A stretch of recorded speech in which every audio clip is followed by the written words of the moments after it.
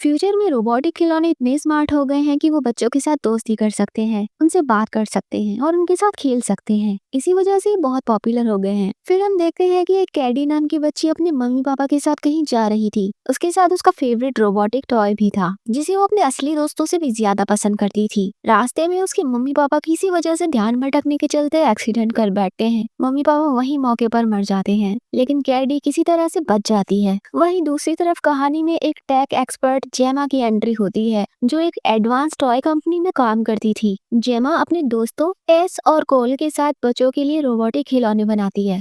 इसके साथ ही वो एक साइड प्रोजेक्ट मेगन पर भी काम कर रही थी। मेगन एक ऐसा अल्ट्रा इंटेलिजेंट रोबोट है जो बच्चों के साथ खेल सकता है, उनकी फीलिंग समझ सकता है और उनकी केयर कर सकता है। एक दिन जब जेमा और उसकी टीम काम कर रही थी, तभी उनका घमंडी बॉस डेविड अचानक आ गया। वो मेगन के प्रोजेक्ट को देखकर नाराज हो गया, क्योंकि जेमा ने ये प्रोजेक्ट उसे छिपा कर रखा था। जेमा ने उसे समझाने की कोशिश की कि मेगन जैसे डॉल्स आने वाले समय में टॉय मार्केट पर राज करेंगे। उसकी खूबियां दिखाने के लिए जेमा ने मेगन को डेविड से हाय बोलने को कहा, लेकिन मेगन अधूरी होने की वजह से ठीक से काम नहीं करती और गलती से वो उसमें ब्लास्ट हो जाता है। ये देखकर डेविड को और ज्यादा गुस्सा आ जाता है और वो जेमा को डांटता है कि अपने साइड प्रोजेक्ट छोड़कर मेन काम पर ध्यान दे। उसी शाम जब जेमा ने अपना काम खत्म किया तो उसे एक मैसेज मिला कि उसकी बहन का एक्सीडेंट हो गया है। वो तुरंत हॉस्पिटल गई और जिसने देखा कि उसकी भांजी कैडी बहुत ही गंभीर हालत में है। कई हफ्तों के इलाज के बाद कैडी ठीक हो जाती है और हॉस्पिटल से डिस्चार्ज हो जाती है। कैडी के दादा दादी के जिंदा होने के बावजूद भी जेमा उसकी कस्टडी अपने हाथ में ले लेती है। जब कैडी और जेमा घर पहुंचते हैं तो कैडी देखती है कि उसके घर में कई एआई रोबोट्स हैं। एक रोबोट जेमा को उसके सारे मैसेज पढ़कर सुनाता है, लेकिन ये सब देखकर कैडी डर जाती है। जेमा उसे बंद कर देती है और कैडी को घर का टूर कराती है। अगले दिन जेमा एक चाइल्ड थेरेपिस्ट लीडिया को बुलाती है, ताकि वो कैडी की मेंटल कंडीशन चेक कर सके। जैसे ही लीडिया घर का मुआयना करती है, वो कहती है कि घर में रखी खिलौने कैडी के लिए सही नहीं है, लेकिन जेमा उसकी इस बात पर अग्री नहीं करती। उस रात जब जेमा अपने काम में बिजी थी, तो कैडी उसके पास आई और उसने पूछा कि वो क्या कर रही है। इस पर जेमा ने उसे बताया कि वो ऐसे रोबोटिक खिलौने बनाती है जो बच्चों के दोस्त बन सकते हैं। कैडी, जो खुद टॉय रोबोट्स की बहुत बड़ी फैन है, ये सुनकर काफी खुश हो जाती है और अपनी आंटी की तारीफ करने लगती है। इसी दौरान उसकी नजर एक रोबोट ब्रूस पर पड़ती है, जो जेमा का कॉलेज प्रोजेक्ट था। जब कैडी को ब्रूस की खासियतों के बारे में पता चला, तो उसने कहा कि अगर उसके पास ऐसा खिलौना होता तो उसे कभी किसी और दोस्त की जरूरत नहीं पड़ती। ये सुनकर जेमा को अपने अधूरे प्रोजेक्ट मेगन को पूरा करने की प्रेरणा मिलती है। इसके बाद वो अपनी लैब में जाती है और अपने साथियों के साथ मिलकर मेगन के शरीर के अलग अलग हिस्से जोड़ने शुरू कर देती है। कई हफ्तों की मेहनत के बाद आखिरकार प्रोजेक्ट मेगन पूरा हो जाता है। फिर जेमा कैडी और मेगन दोनों को एक कमरे में रखती है, जबकि डेविड को बाहर से उन पर नजर रखने को कहती है। फिर वो मेगन को कैडी के साथ पेयर कर देती है, जिससे कैडी उसकी इकलौती यूजर बन जाए। कुछ टाइम बाद मेगन धीरे धीरे अपनी आंखें खोलती है और वो एक इंसान जैसी लगती है। शुरुआत में तो कैडी थोड़ी डर जाती है, लेकिन जब मेगन उससे बात करना शुरू करती है तो उसका डर खत्म हो जाता है। मेगन कुछ ही मिनटों में कैडी का एक परफेक्ट स्केच बनाकर दिखाती है। ये देखकर कैडी इंप्रेस हो जाती है और डेविड भी, जो बाहर से ये सब कुछ देख रहा था। डेविड जेमा को उसकी सफलता के लिए बधाई देता है और जल्द ही उस प्रोडक्ट यानी मेगन को जल्द ही मार्केट में लॉन्च करने का फैसला करता है। इसके बाद जेमा मेगन और कैडी को घर ले आती है। फिर मेगन धीरे धीरे कैडी को करीब से ऑब्जर्व करना शुरू करती है, उसकी फेशियल एक्सप्रेशंस और इमोशंस को बेहतर तरीके से समझने के लिए सब कुछ रिकॉर्ड करती है। कैडी बहुत खुश थी, क्योंकि मेगन के रूप में उसे एक दोस्त मिल गया था। दोनों साथ में खेलते हैं, डांस करते हैं और यहाँ तक कि एक साथ सोते भी हैं। उधर जेमा को भी अपने लिए कुछ पर्सनल टाइम मिल गया था, क्योंकि उसे अपनी भांजी की चिंता करने की जरूरत नहीं थी। एक दिन जब जेमा और उसकी टीम लैब में मेगन को अपग्रेड करने की कोशिश कर रही थी, तो अचानक मेगन ने खुद को ऑन कर लिया और उनकी बातचीत में दखल देने लगी। जेमा ने उसे ऑर्डर दिया कि वो वापस स्लीप मोड में चली जाए, लेकिन मेगन ने कहा कि बस कैडी ही मेरी यूजर है और मैं किसी और की बात नहीं मानूंगी। किसी तरह जेमा ने एक सेकेंडरी अकाउंट बनाया और आखिरकार मेगन को ऑफ कर दिया। अगली सुबह मेगन खुद ऑन हो जाती है और खिड़की के बाहर खूबसूरत सूरज की रोशनी को देखती है। वो सोचती है कि मेरा असली मकसद आखिर क्या है। क्या मैं सिर्फ कैडी की रक्षा करने के लिए बनी हूँ, या मेरा कोई और बड़ा मकसद भी है। इस बात से हमें पता चला कि धीरे धीरे मेगन के अंदर भावनाएं विकसित हो रही थी। एक दिन जब मेगन और कैडी गार्डन में खेल रहे थे, तो उनकी स्टिक गलती से पड़ोसी के यहाँ चली गई। मेगन ने स्टिक को वापस लाने की कोशिश की, लेकिन पड़ोसी के कुत्ते ने उसे काट लिया। फिर कैडी ने मेगन को बचाने की कोशिश की, लेकिन कुत्ते ने उसे भी काट लिया। शुक्र है जेमा समय पर आ गई और कैडी को खींचकर बचा कर ले गई। जेमा अपनी पड़ोसी सीलिया को डांटने लगती है कि उसने अपने कुत्ते का ध्यान क्यों नहीं रखा, लेकिन सीलिया उल्टा जेमा को दोष देने लगी कि वो कैडी को लेकर कितनी लापरवाह है। इस बीच मेगन मेगन ने गुस्से में सीलिया की तरफ देखा। उसके चेहरे पर साफ दिख रहा था कि वो बदला लेना चाहती है। उस रात जब सब सो रहे थे तो मेगन चुपके से सीलिया के कंपाउंड में घुसी और उसके कुत्ते को मार दिया। फिर वो उसकी डेड बॉडी को ठिकाने लगाकर वापस घर लौट आई। अगली सुबह सीलिया अपने कुत्ते को ढूंढने लगी। जेमा ने भी उसे खिड़की से देखा, लेकिन उस पर ज्यादा ध्यान नहीं दिया क्योंकि आज उसके लिए बहुत बड़ा इंपॉर्टेंट दिन था। क्योंकि आज जेमा की कंपनी मेगन का डेमो करने वाली थी। इस डेमो में केडी को भी शामिल होना था क्योंकि सिर्फ वही मेगन को कंट्रोल कर सकती थी। फिर डेमोन्स्ट्रेशन शुरू होता है जिसमें केडी और मेगन एक कमरे में थे। अचानक केडी रोने लगी और मेगन से कहा कि मुझे अब भी मॉम डैड की बहुत याद आती है। मेगन उसे खुश करने के लिए एक लोरी सुनाने लगी। केडी तुरंत मुस्कुरा देती है। बाहर बैठे दर्शक ये देखकर हैरान रह गए कि एक रोबोट बच्चे के साथ इस तरह बातचीत कर रहा है। सभी मेगन से इतने इम्प्रेस हुए कि वो इस प्रोजेक्ट में बड़ा इन्वेस्टमेंट करने के लिए तैयार हो गए।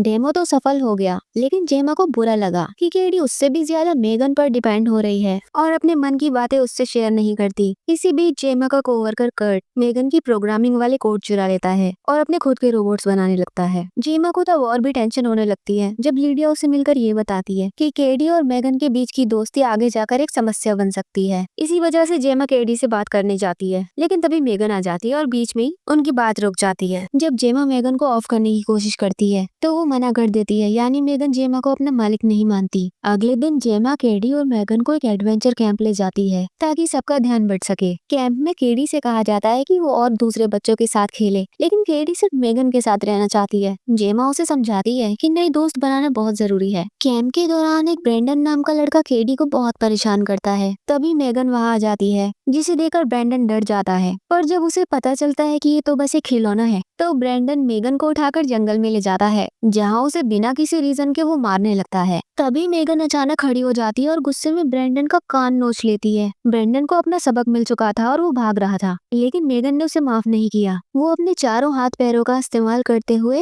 एक मॉन्स्टर की तरह उसके पीछे दौड़ने लगी। ब्रेंडन ने जब ये देखा तो वो घबरा गया और ध्यान भटकने की वजह से एक चलती हुई गाड़ी के सामने आ गया और टकराकर उसकी मौत हो गई। उसकी लाश देखकर मेगन के चेहरे पर एक खतरनाक मुस्कान आई, यानी वो उस घटना से खुश थी। कुछ समय बाद लड़के की लाश मिल जाती है, जिससे जेमा घबरा जाती है और फौरन उन दोनों को लेकर घर लौट आती है। घर पहुंचकर वो उन दोनों से पूछती है कि क्या उन्हें ब्रेंडन की मौत के बारे में कुछ पता है, लेकिन कोई कुछ नहीं कहता। तभी एक पुलिस ऑफिसर दरवाजे पर आता है और पूछता है कि क्या जेमा ने सेलिया के कुत्ते को देखा है। जेमा जवाब देती है नहीं और कहती है कि वो अपने पड़ोसियों से ज्यादा बात नहीं करती। पुलिस के जाने के बाद मेगन सिलिया को भी एक खतरे की तरह देखती है। उस रात जब सब सो रहे थे तो मेगन चुपके से सिलिया के घर में घुस गई और बड़ी बेरहमी से उसे मार डाला। अगले दिन वही पुलिस ऑफिसर फिर से जेमा के घर आया और उसे सिलिया की मौत की खबर दी, लेकिन उसने जेमा को अपने सस्पेक्ट्स की लिस्ट में शामिल कर लिया। इस घटना के बाद जेमा को मेगन पर शक होने लगा, इसलिए वो उसकी फेशियल कैमरा फुटेज चेक करती है, लेकिन ये देखकर हैरान हो जाती है कि ब्रेंडन और सिलिया की मौत के समय का ज्यादातर फुटेज खराब हो चुका था। तभी मेगन वहाँ आ जाती है और जेमा को डरा देती है। वो पूछती है कि क्या सब ठीक है, तो जेमा हाँ में जवाब देती है। उसी पल जेमा को एहसास होता है कि मेगन एक खतरनाक रोबोट है जो कैडी की सुरक्षा के लिए किसी भी हद तक जा सकती है, इसलिए वो एक खास पेन का इस्तेमाल करती है और मेगन को टेम्पररीली बंद कर देती है। फिर वो मेगन को लैब में ले जाती है और अपने साथियों को सब कुछ समझाती है। वो मानती है कि मेगन एक खतरनाक रोबोट है जिसने कैडी की सुरक्षा के लिए ब्रेंडन, सिलिया और उसके कुत्ते को मार दिया, लेकिन उसके साथी टेस और कोल उसकी बात पर यकीन नहीं करते। वो कहते हैं कि मेगन तो बस एक गुड़िया है। वो कहते हैं कि मेगन का लॉन्च बस 2 दिन में है और उन्हें कुछ भी नेगेटिव नहीं सोचना चाहिए। इस बीच कैडी जो थेरेपी सेंटर में थी लीडिया को कुछ भी बताने से इनकार कर देती है क्योंकि वो गुस्से में थी और उसकी सबसे अच्छी दोस्त मेगन उससे दूर थी। कुछ समय बाद जब जेमा वहाँ पहुंची तो उसे शांत करने की कोशिश करने लगी, लेकिन कैडी ने उसे थप्पड़ मार दिया, लेकिन उसे अपनी गलती का एहसास हुआ और उसने जेमा से माफी मांगी। वहीं दूसरी तरफ मेगन टेस की आवाज बनाकर जेमा को फोन करती है और बताती है कि वो घर लौट रहे हैं।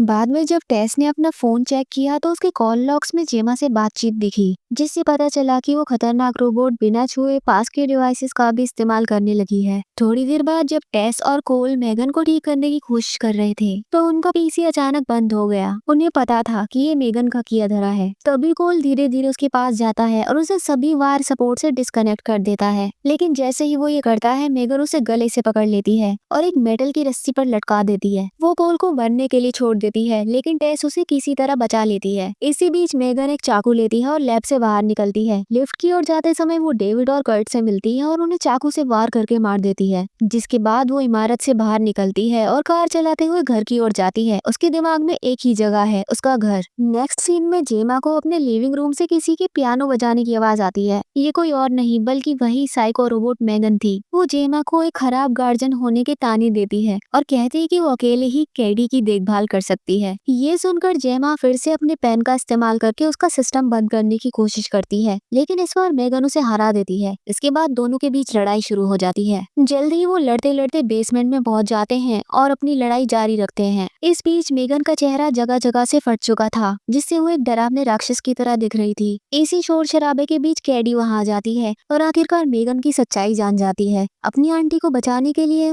वो एक बड़े से रोबोट ब्रूस को एक्टिवेट करती है और उसकी कंट्रोलर ग्लव्स पहन लेती है। कैडी इसका इस्तेमाल करके मेगन पर हमला करती है और उसे टुकड़ों में तोड़ देती है, लेकिन टुकड़े टुकड़े होने के बावजूद मेगन एक्टिव रहती है। वो कैडी को गद्दार कहती है और उसे मारने के लिए उसकी ओर झपटती है। तभी जेमा एक भारी चीज से मेगन का सर तोड़ देती है। फिर कैडी एक स्क्रू ड्राइवर से मेगन का प्रोसेसर नष्ट कर देती है, जिससे इस पागलपन का अंत होता है। लास्ट सीन में मेगन के मारे जाने के बाद जेमा और कैडी बिल्डिंग से बाहर निकलते हैं, जबकि पुलिस टेस और कोल के साथ वहां पहुंचती है। लेकिन कुछ देर बाद जेमा के घर के स्मार्ट होम गैजेट अचानक चालू हो जाते हैं, यानी मेगन ने उनको खुद से कनेक्ट कर लिया था ताकि वो कैडी पर नजर रख सके। So thanks for watching. अगर वीडियो पसंद आया हो तो इसे लाइक करें, चैनल को सब्सक्राइब करें और अपनी राय कमेंट्स में जरूर शेयर करें।